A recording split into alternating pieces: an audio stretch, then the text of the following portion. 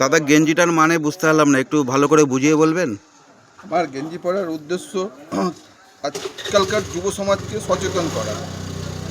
প্রেম সব ঠিক আছে, প্রেম করো, ভালোবাসো, মানুষের ছেলেপেলেরা আজকে করছে যেগুলো ঠিক আছে, কিন্তু তার ব্যাকগ্রাউন্ডটা দেখো।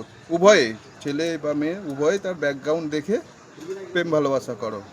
প্রেম ভালোবাসা করা খারাপ না অবশ্যই, এবং বাবা মায়ের কে গুরুত্ব দিয়ে বাবা মার কথা শুনে তুমি করো। হ্যাঁ, অমান্য করলে হবে না, ঠিক আছে। হ্যাঁ, প্রেম ভালোবাসা খারাপ জিনিস নয়। স্বয়ং শ্রীকৃষ্ণ রাধার সঙ্গে প্রেম করেছিল, রাধা কিন্তু অ্যাকচুয়ালি মামি হয় শ্রীকৃষ্ণ। হ্যাঁ, কিন্তু সাকসেসফুল হতে পারেনি।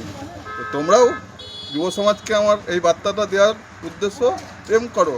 আর আমার গেঞ্জি পরার উদ্দেশ্যই হচ্ছে প্রেম করো, দেখে শুনে প্রেম করো, বুঝে শুনে প্রেম করো, এবং প্রেম যদি বাধা না পাও আর বাধা যদি পেতে চাও, উভয় দিকেই বলছি, তাহলে আমার এই লেখাটা তোমাদের অবশ্যই ফলো করো।